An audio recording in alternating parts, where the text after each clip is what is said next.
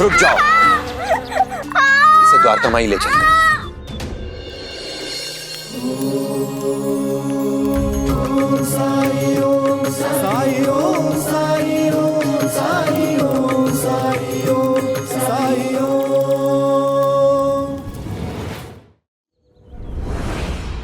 साईं, मदद कीजिए साईं।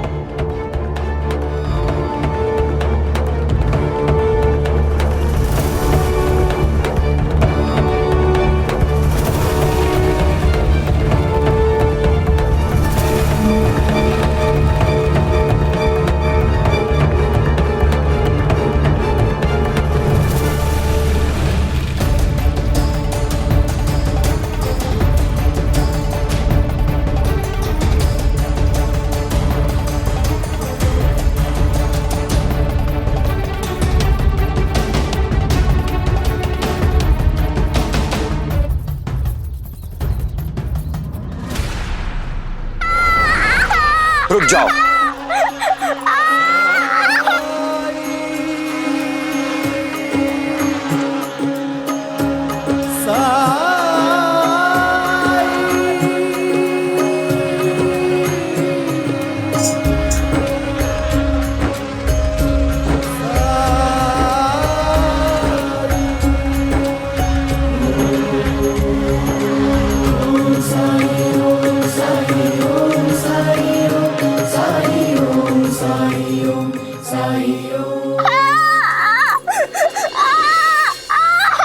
इसे द्वारका माई ले चलते हैं।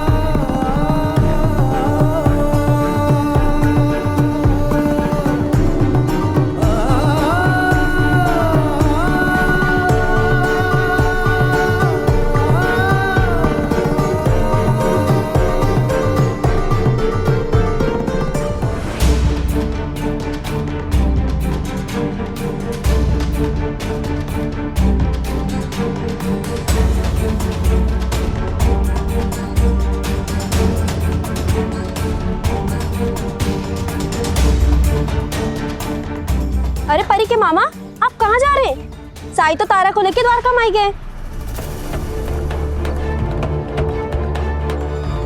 काका, आइए मैं आपको द्वारका माई ले चलता हूँ।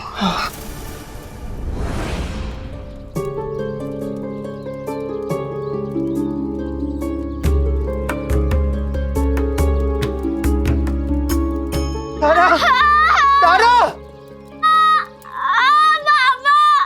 तारा, मेरी तारा की सुंदरता को ये क्या हो गया?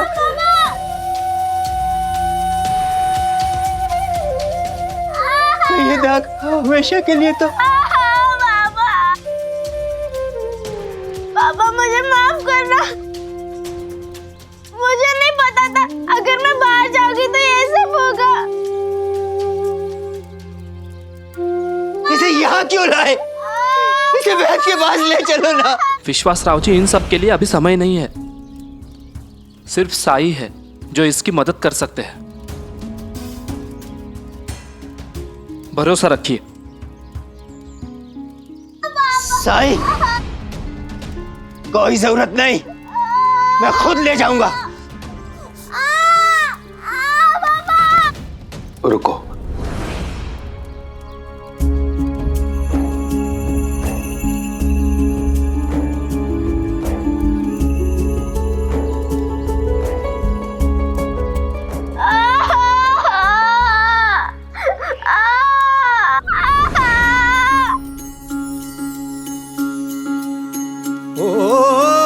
जब कठिनाई छाई तू ही याद आया, भटके राही को तूने रास्ता दिखाया, तूने भक्तों का बेड़ा पार लगाया, तेरी महिमा मेरे साई कौन जान पाया। ओम साई ओम साई ओम साई ओम साई ओम साई ओम साई ओम साई ओम।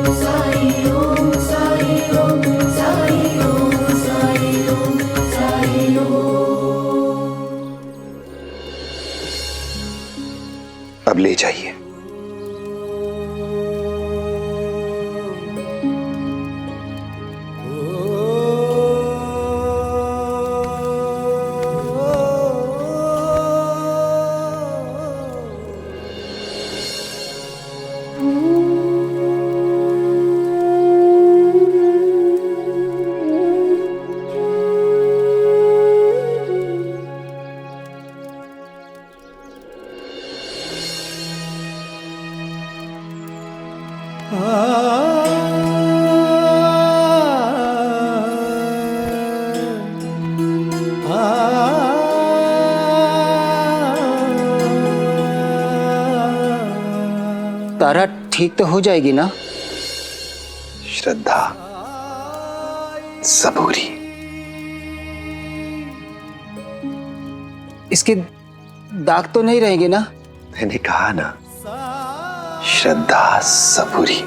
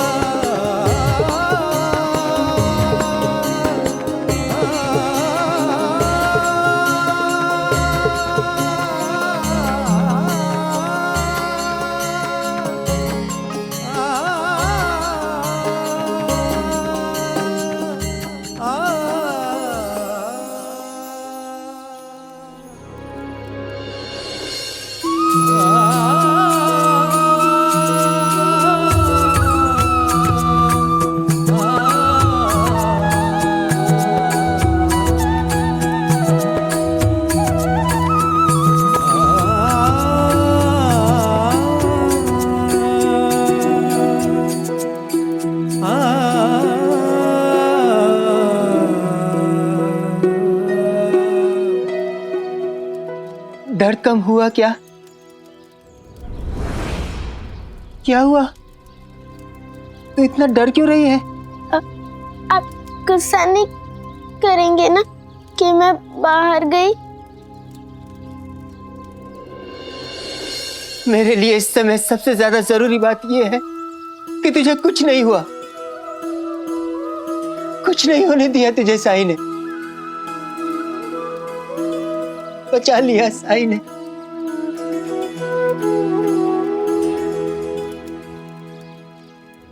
मैंने आपसे सलाह नहीं मांगी है जो आप मुझे मशवरा दे रहे हैं। ये फकीरों जैसे कपड़े पहन लिए हैं, इसका मतलब ये नहीं कि आप कोई महात्मा है और मुझे आपकी बात सुननी ही चाहिए। क्या ये फकीर घर गृहस्थी के बारे में, माता पिता अभिभावक के कर्तव्य के बारे में कुछ जानता भी है? जो खुद दिन भर इधर से उधर घूमता रहता है, उसकी संगत में आकर कोई भी घुमक्कड़ ही बनेगा ना। जब परी घर छोड़कर गई और साईं को मिल गई तो ये उसे लेकर घर क्यों नहीं आए? अगर उपदेश देने का इतना ही शौक है तो हमारे घर पर आकर भी तो दे सकते थे।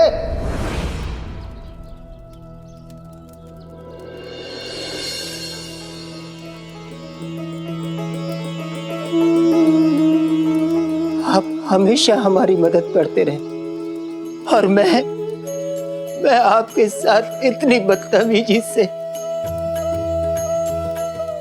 आपने कल सबकी आंखें खोल दी, सबको समझाया कि उन्होंने परी के साथ कितना गलत किया है।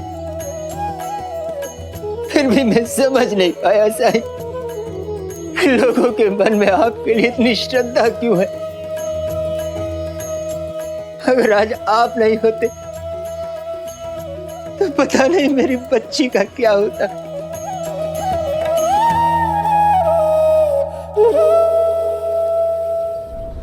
एक प्रश्न का उत्तर देंगे विश्वासराव जी?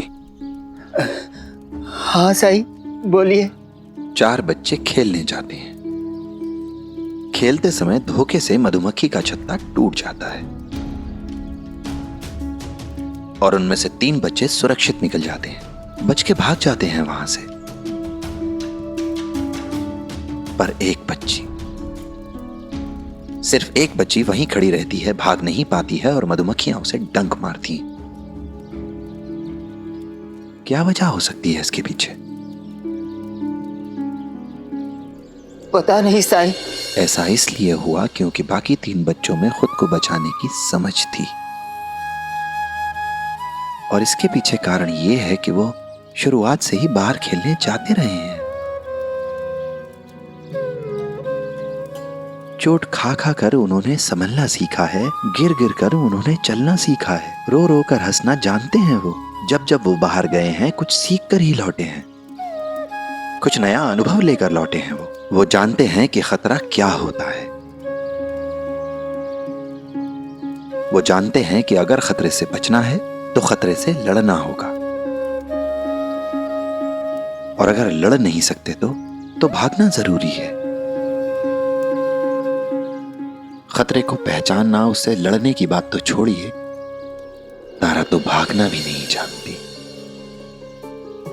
आप ही बताइए, किसी ऐसे इंसान को जो घर से बाहर ही ना निकलता हो, उसे यह तजुर्बा कैसे हो सकता है? आपने कभी तारा को अपने बल नहीं खड़े होने दिया, कभी इसे बाहर जाने की अनुमति नहीं दी। आज आप हैं, बहुत अच्छी बात है, लेकिन सोचिए अगर कल आप नहीं होंगे तो जिंदगी का सामना कैसे करेगी ये? जिंदगी की चुनौतियों से कैसे निपटेगी ये? क्या आपने इसे इसके लिए तैयार किया है? बताइए विश्वासराव जी। विश्वासराव जी, तारा की सुंदरता को आपने इसके लिए अभिशाप बना दिया है। सारी समस्या की जड़ ये सुंदरता ही है। इतने नियम और नियम का उल्लंघन करने पर सजा के डर से आपने तारा के बचपन को बांध दिया है। इस हद तक बांध दिया है कि इसके बाहर ये बच्ची कुछ सोच ही नहीं पाती। उदाहरण आपके सामने है विश्वासराव जी। जब मधुमक्खियां इसके पीछे पड़ी थी तो इसे भागना चाहिए था, पर यह भाग नहीं सकी। क्या आपने महसूस किया अभी थोड़ी देर पहले जब आप द्वारका माई में इससे आकर मिले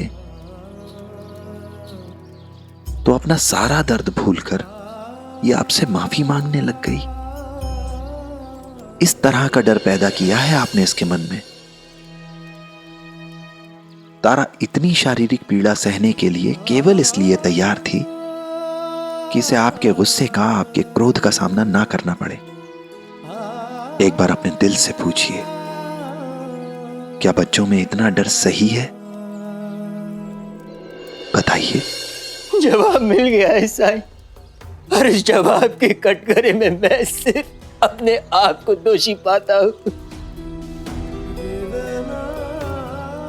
ईश्वर ने मुझे इतनी प्यारी फूल सी बच्ची दी और मैंने उससे उसका बचपन छीन लिया। मुझे माफ कर देना साईं। उसकी इच्छाएं क्या है और उसके सपने क्या? अभी नहीं सोचा साईं कि वो कितना घुट घुट कर जी रही थी।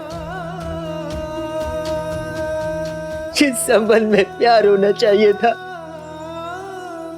संवेदना होनी चाहिए थी, उसमें मैंने डर भर दिया।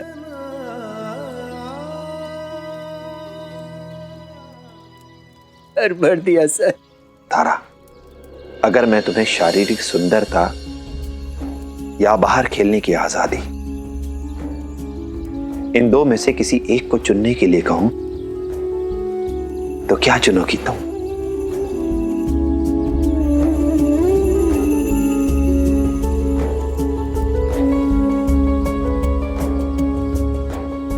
बताओ। मैं बताता हूं साईं, आज मैं अपनी बेटी की खामोशी को पढ़ना चाहता हूं।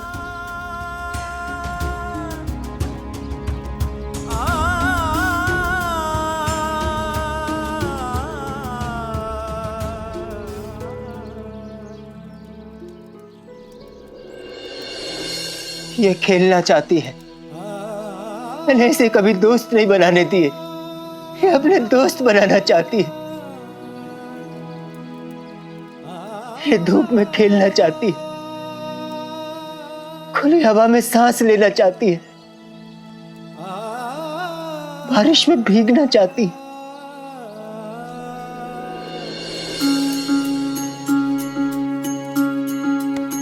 ओ सुख दुख आने जाने हैं और साए, बाबुराए मनवा तेरा लज न जाए, मन में आशा के दीपक बुझने ना पाए, सुबह फिर से आएगी रात समझाए। ओ साई अब ऐसा ही होगा मेरी बच्ची। साई ओम साई ओम साई ऐसा ही होगा।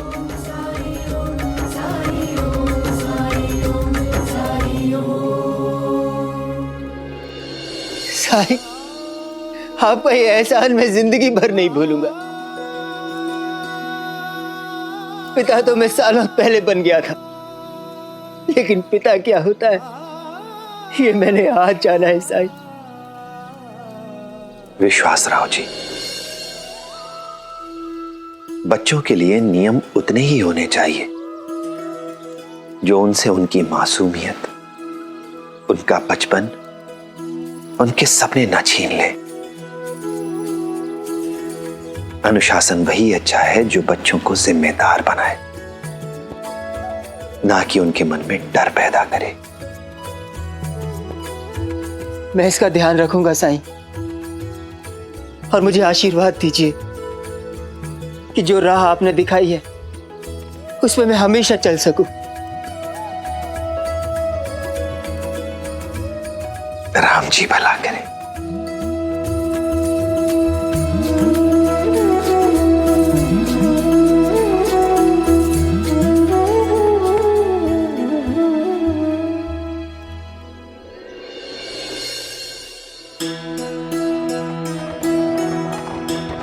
इतने दिन मामा के घर पर कैसे बीत गए पता ही नहीं चला। गाड़ी रोकिए। माँ, ये वही छावनी है जहाँ हम लोग सब्जियों की आपूर्ति करते हैं। अच्छा, तुम इतनी दूर आते हो? हाँ माँ, और मैं सोच रहा हूँ मैं जाकर प्रबंधक महोदय से मिलाता हूँ, उनके हालचाल ले लूंगा। वो क्या है ना कि व्यवसाय में व्यवहार बहुत जरूरी होता है। ठीक है, तुम जाकर मिल लो, मैं यहीं बाहर तुम्हारा इंतजार करती हूँ। इंतजार करने से अच्छा होगा कि आप शिरडी चली जाएं। वो क्या है ना माँ कि मैं इतने दिनों बाद आ रहा हूँ, तो हो सकता है वहां पे कुछ समय लग जाए। ठीक है, जैसा तुम्हें ठीक लगे, लेकिन तुम जल्दी आना। ठीक है केशव? जी माँ। जा, चलो भैया।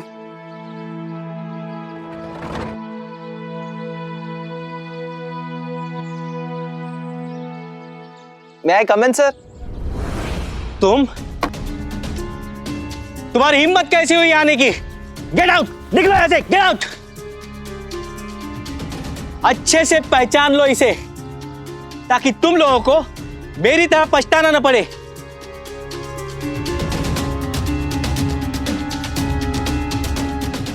कभी भी काम मत देना इस लड़के को, वरना धोखा खाओगे इस गैर जिम्मेदार आदमी से। ये आप क्या कह रहे हैं सर? हमसे कोई गलती हुई क्या? अरे जिन्हें ना कारोबार की समझ थी न जिम्मेदारियों का एहसास था, ऐसे लोगों को काम देकर गलती तो मैंने की है। इसीलिए कहते हैं कि पेशेवर लोगों के साथ ही काम करना चाहिए। कम से कम वो काम छोड़ने से पहले सूचना तो देते हैं, ताकि 2-4 दिन में आप कुछ व्यवस्था तो कर सके। अरे इनके जैसे नहीं कि किसी के हाथ भी संदेशा भिजवा दिया कि अब सब्जियों की आपूर्ति नहीं कर सकते। तुम दोनों दोस्तों ने बहुत उत्साह दिखाया था, इसलिए मैंने प्रभावित होकर तुम्हें सब्जियों का ठेका दिया था, लेकिन मैं गलत था। रुकिए सर, ये क्या कह रहे हैं आप? हमने सौदा तोड़ा? हमने? और नहीं तो क्या। मैंने? एक तो तुमने 15 दिनों से सब्जियां बेचनी बंद कर दी, न कोई खोज न खबर। फिर अचानक से तुम्हारा साझेदार, क्या नाम है उसका, हाँ तात्या, उसका सहायक गिरधारी मेरे पास आता है और कहता है कि आज से हम सब्जियां नहीं भेजेंगे। जरा भी तमीज नहीं है, ये खुद आकर कहता। तुम लोगों के कारण मुझे अपने अधिकारियों से डांट सुननी पड़ी और तुम्हारे उस दोस्त की वजह से मेरी नौकरी चली गई होती। 15 दिन से सब्जियां नहीं आ रही थी। माफ कीजिएगा, मैं गांव से बाहर गया हुआ था। मैं सच कह रहा हूं, मुझे इस बारे में कुछ भी नहीं मालूम। आपके साथ जो भी कुछ हुआ उसके लिए मैं आपसे माफी मांगता हूं। अब मैं आ गया हूं, मैं सब ठीक कर दूंगा। खूब समझता हूं मैं ये नाटक। इससे भी बड़ा काम मिला होगा तो वहां सब्जियां बेचने लगे होंगे, और वहां का काम बंद हो गया तो यहां मुंह उठाकर चले आए। Get out.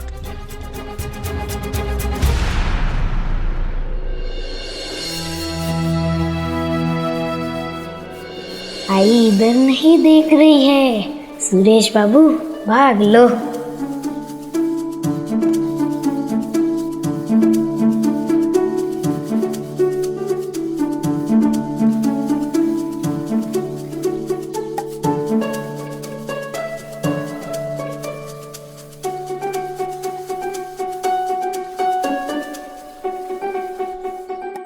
सुरेश,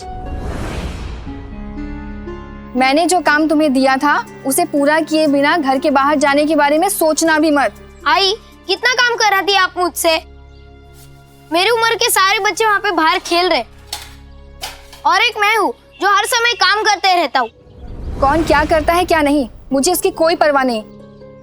तुम मेरे बेटे हो, इसलिए तुम्हें वही करना होगा जो मैं तुमसे कहूंगी। मैं कुछ नहीं करूँगा। जब तक तुम इस घर में हो तुम्हें मेरी हर बात माननी पड़ेगी। ये गलत है आई, हर बार आप अपनी मर्जी चलाती है। मैं आपका बेटा हूँ, कोई गुलाम नहीं।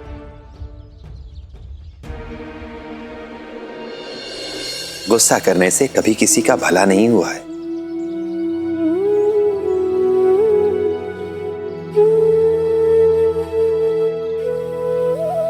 साई, ये मुझे घर से बाहर ही नहीं निकलने देती। बस दिन रात काम करवाती रहती है मुझसे। गुस्सा तो आएगा ही ना। साई हमेशा बाहर जाने की जिद करता है। जब भी कोई काम कहती हूँ तो मना कर देता है। अब आप ही समझाइए ना कि मेरा कहना माना करे। क्या मैं आपका कहना नहीं मानता हूँ? आपका काम है जो कभी खत्म ही नहीं होता। कभी कहती है सब्जी लेके आओ, सब्जी लेने के बाद गौशाला की सफाई करो, फिर चारा काटो, फिर गायों को चारा खिलाओ, फिर दूध दुहो, और फिर वही बर्तन मांजो। नौकर बना के रखा है मुझे। साई अभी बताइए, क्या ये उचित है कि मैं इतने सारे काम करूं? तुम्हारी आई भी तो सारे काम करती है, और इन कामों के अलावा गांव में घर घर जाकर दूध भी तो बेचती है वो। हाँ तो आई को उसके लिए पैसे भी तो मिलते हैं ना।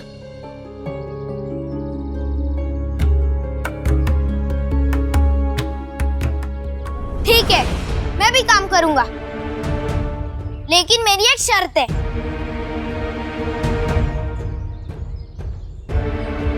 कैसी शर्त? मैं अभी आया साई।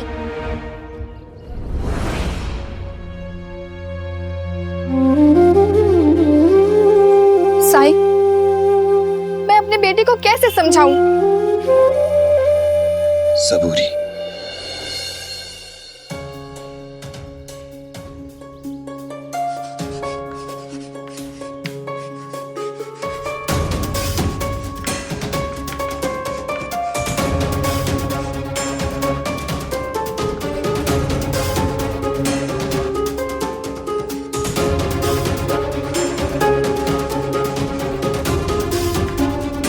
ये देखिए,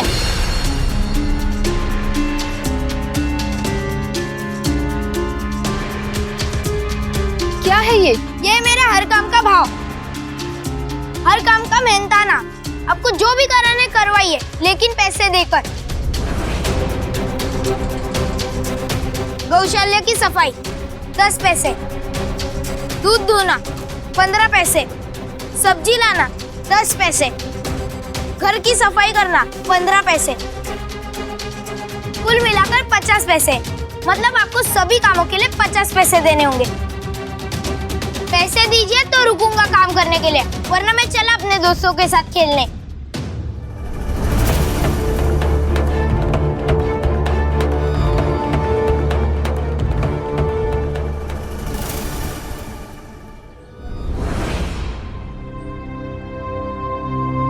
तात्या, ऐसे भी क्या जल्दी है हाँ जो बिना कुछ खाए जा रहा है? आई बहुत जरूरी काम है, रास्ते में खा लूंगा, आप चिंता मत कीजिए। तुझे ऐसे चिंता में देखकर मैं चिंता ना करूं हाँ? क्या हुआ है? कल ही तो बताया था आई, हम जिसके साथ व्यापार कर रहे थे उसने कल सौदा तोड़ दिया। बस उसी बात को लेके मैं परेशान हूँ कि ऐसी क्या बात हुई जो उन्होंने हमें मना कर दिया। मैं तो कल ही नगर जाने वाला था, लेकिन कल बाबा नगर जा रहे थे, इसीलिए मुझे खेत का काम संभालना पड़ा। आज समय मिला है तो वहीं जा रहा हूँ, जाकर छावनी के प्रबंधक से मिलूंगा। आखिर पता तो चले कि हमसे गलती कहाँ हुई, तभी तो मैं ये गलती सुधार सकूंगा। और फिर केशव को भी तो जवाब देना होगा मुझे, क्योंकि वो मेरे भरोसे पर व्यापार छोड़ के गया था। तात्या, ज्यादा चिंता करने की जरूरत नहीं है। साई ने कहा है ना कि व्यापार के उतार चढ़ाव से और कारोबार के अनुभव से ही तुम कामयाब व्यवसायी बनोगे। और फिर हो सकता है कि इस घटना में कोई सबक छुपा हो। चलता हूँ आई, जल्दी पहुंचना है मुझे। शांत मन से जाना, ज्यादा मत सोचना, सब ठीक ही होगा।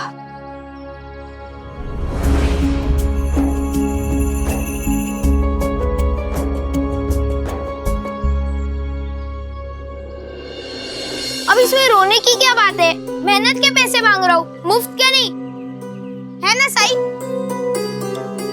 देख रहे हैं ना साई, घर के काम करने के पैसे मांग रहा है आई से। दरअसल देखा जाए तो आपके बेटे की मांग गलत नहीं है।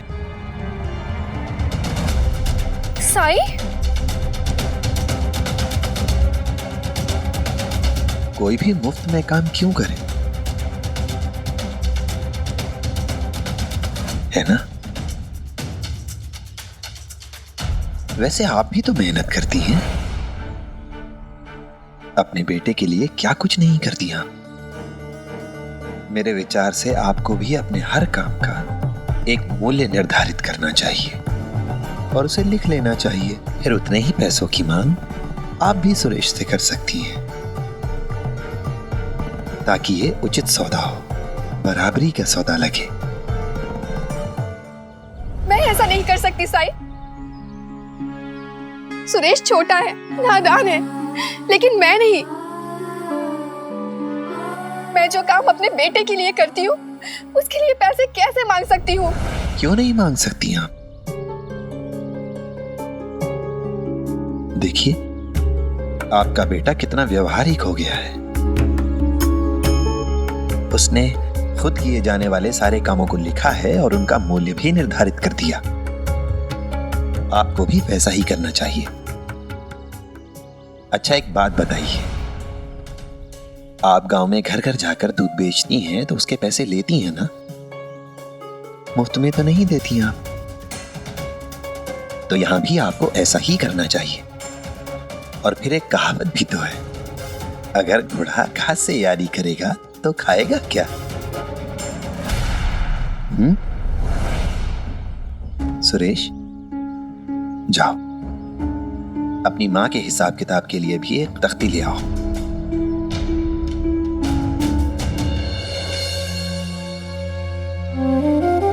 साई, आप ये सब मुझसे क्यों करवा रहे हैं? सबूरी में साई के क्या है, कौन जान पाए।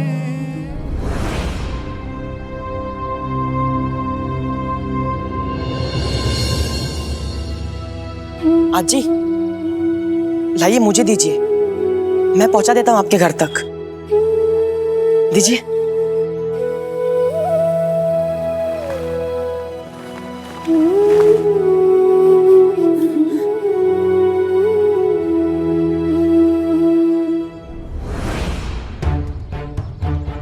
ये लीजिए आई, और आप जो भी मेरे लिए करती है उसके जितने भी पैसे होते हैं आप लिख दीजिए। लिखिए। नहीं साई, मैं ये नहीं लिख सकती। कोई बात नहीं, आपके काम का हिसाब किताब भी आपका बेटा ही करेगा। क्यों, ठीक है ना? तो आओ।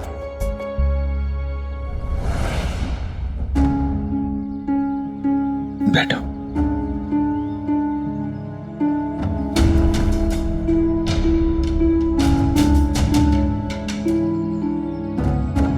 कहाँ खो गए सुरेश?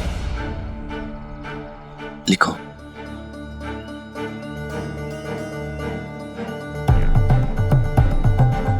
आप हर रोज इसे खिलाती हैं। लिखो। तुम्हारी आई ने 9 महीने तुम्हें अपने पेट में रखा, अपने गर्भ में रखा। लिखो। साई, मैं माँ हूँ। मैं इन सब चीजों का हिसाब कैसे? यह आवश्यक है। जब सुरेश बीमार हुआ तो आपने अपने दिन का चैन, रातों की नींद, सब कुछ त्याग दिया था। लिखो।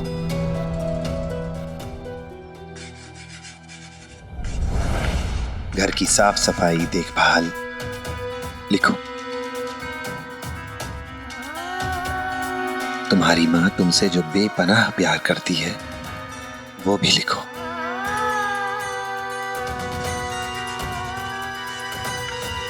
अब लिखो। हो गया साई, अब बस कीजिए।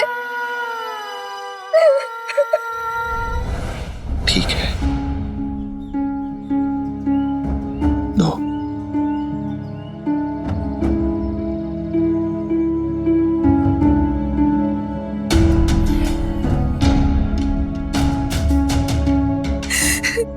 काम लिखते हैं, बस दाम लिखना बाकी है।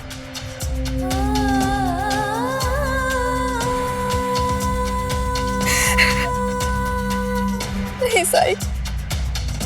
लिखिए।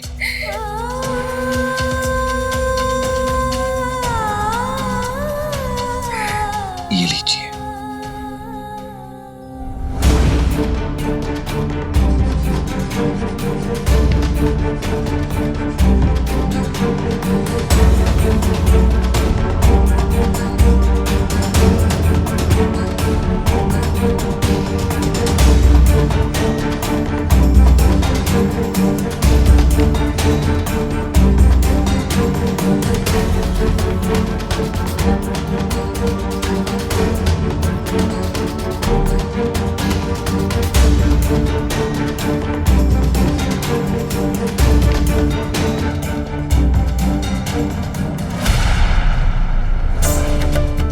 आई मेरे लिए जो काम करती है, अगर उन्होंने उसका दाम ज्यादा लिख दिया तो मैं कहाँ से दे पाऊंगा पैसे? क्योंकि मैं तो वही पैसे दे पाऊंगा जो आई मुझे देंगी। कहीं मेरा दाम मुझ पर ही उल्टा ना पड़ जाए। ये लीजिए साई।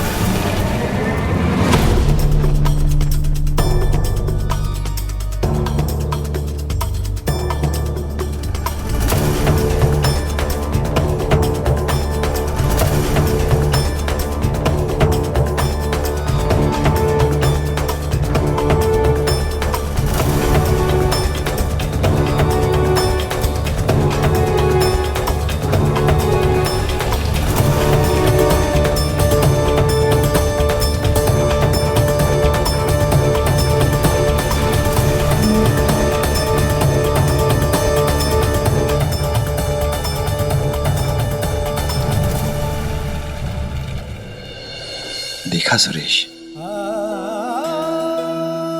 मां की ममता को खरीदा नहीं जा सकता। मां तो प्रकृति की तरह है जो केवल देना जानती है और बदले में कुछ नहीं लेती, कुछ भी नहीं। क्योंकि मां निस्वार्थ होती है, इसलिए अपने बच्चों के लिए वो जो कुछ भी करती है वो केवल इसलिए करती है क्योंकि वो अपने बच्चों से प्यार करती है। और निस्वार्थ प्रेम की कोई कीमत कैसे लगा सकता है? साई, मैं भी तो आई से बहुत प्यार करता हूँ, लेकिन वो हर वक्त मुझे काम करा करा के परेशान क्यों करती है? हर वक्त मेरे पीछे पड़ी रहती है, ये करो वो करो। जबकि मेरे दोस्तों को भी आई है ना, मैं उन्हें रोज देखता हूँ और वो सब भी तो अपने बच्चों की काम करती है, फिर भी पैसे नहीं मांगती। इसका मतलब ये हुआ मेरी आई मुझसे प्यार तो करती है, लेकिन मेरे दोस्तों की आई की तुलना में बहुत कम। सही कहा ना?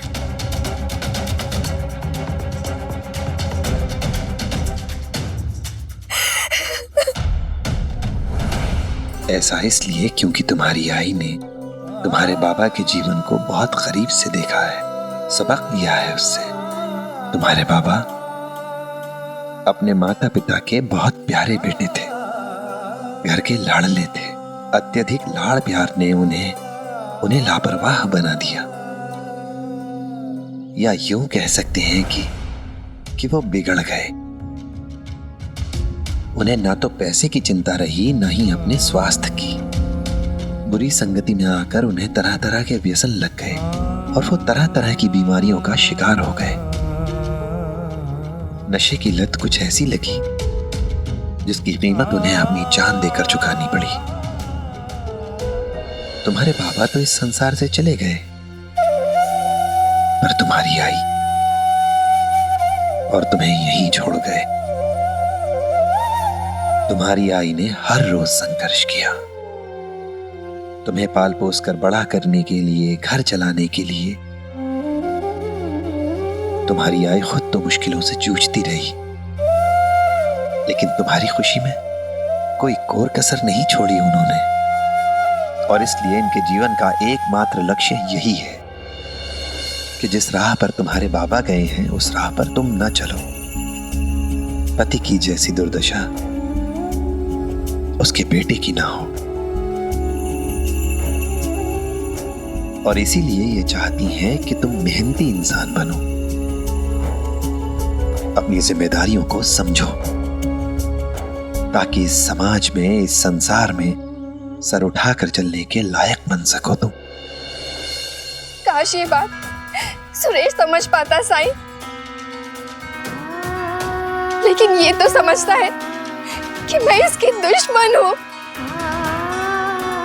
ये मुझसे इसलिए नाराज रहता है क्योंकि मैं इसके साथ सख्ती से पेश आती हूँ। लेकिन साईं, इसने जो आज किया है उससे मेरा दिल चलनी हो गया है।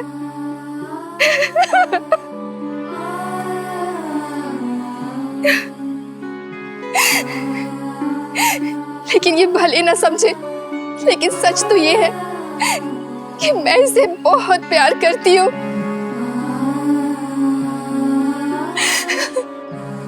और ये सुनिश्चित करना चाहती हूँ कि इसका आने वाला कल सुरक्षित हो, सुनहरा हो।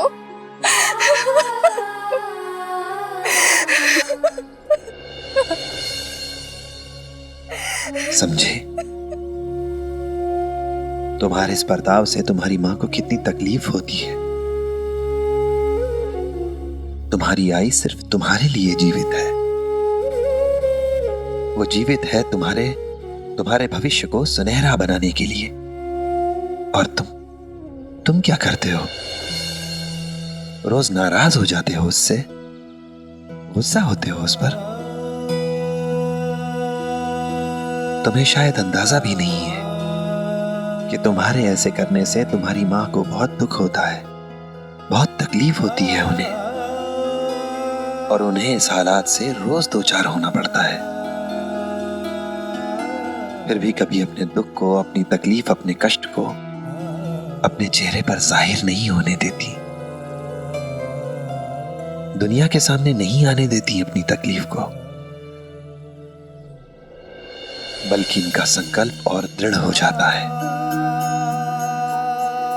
इनके चेहरे पर दृढ़ता के भाव और ज्यादा हो जाते हैं तुम्हारे भविष्य को सुरक्षित करने के लिए, तुम्हें मजबूत बनाने के लिए। ऐसी होती है माँ, ऐसी होती है माँ की ममता।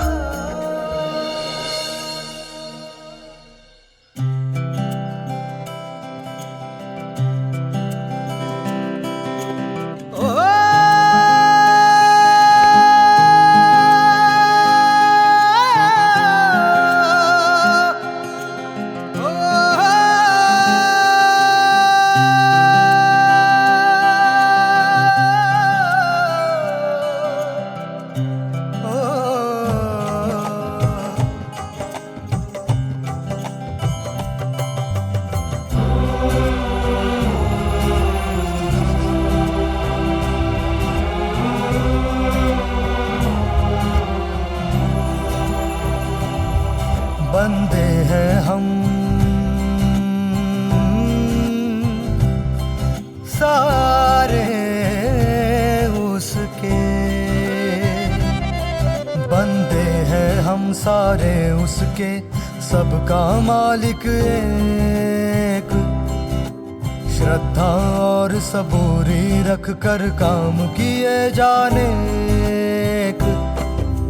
कोई भी आई, मुझे माफ कर दीजिए, मैं आपको समझ नहीं पाया, लेकिन अब मुझे एहसास हो गया। अब जो कहेंगे मैं वो करूंगा। मैं वादा करता हूँ आपसे कि मैं हर काम सीखूंगा, आपके हर काम में हाथ बटाऊंगा। रहम नजर साई, रहम नजर, रहम नजर साई, रहम नजर, रहम नजर साई, रहम नजर, रहम नजर साई, रहम नजर, रहम नजर साई, रहम नजर, रहम नजर साई, रहम नजर, रहम नजर साई, रहम नजर, मेरे साई, मेरे साई,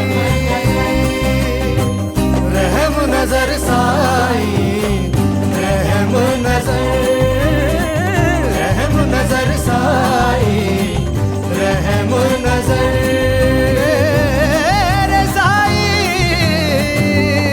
मेरे साई।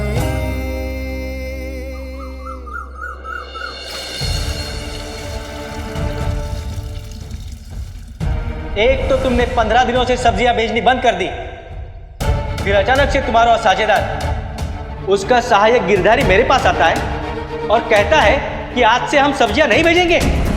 लगभग 15 दिन पहले ही तात्या ने सब्जियों की आपूर्ति बंद कर दी। मतलब मेरे शिरडी से जाते ही उसने काम बंद कर दिया। जबकि बात तो ये हुई थी कि मैं नहीं हूं तो वो मेरा काम संभाल लेगा। तुम बेफिक्र होकर जाओ और जब तक तुम वापस नहीं आते कारोबार मैं संभाल लूंगा। अगर उसे काम बंद करना ही था तो कम से कम मुझे तो बताता, बात तो करता। इतने दिन रुक नहीं सकता था। कहीं उसके साथ दुर्घटना तो नहीं हो गई जिसकी वजह से वो मुझे कोई संदेश नहीं भिजवा सका हो।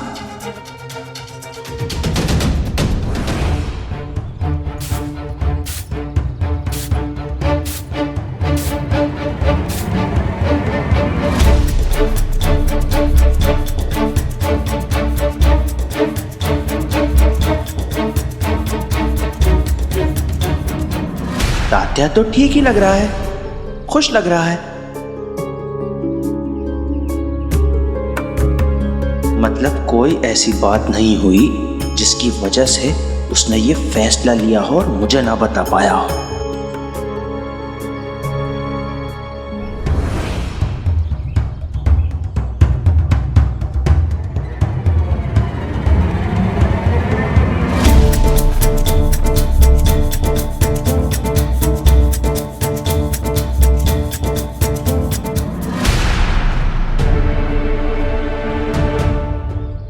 अरे केशव, तुम लौट आए।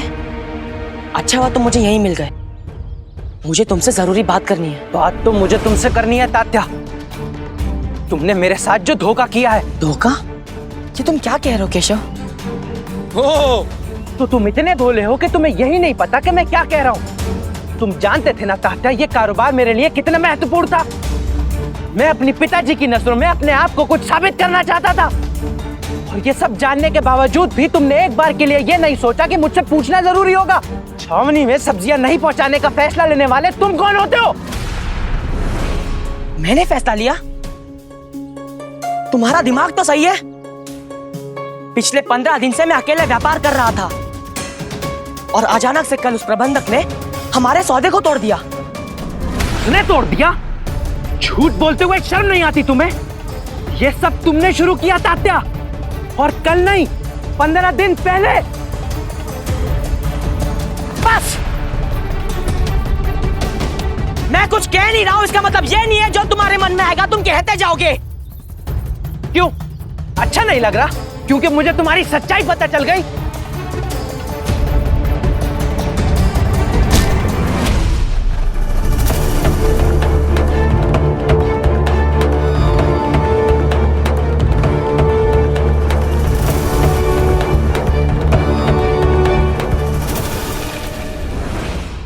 धार्मिक वीडियो सबसे पहले देखने के लिए हमारे चैनल को सब्सक्राइब करें और बेल आइकन दबाएं।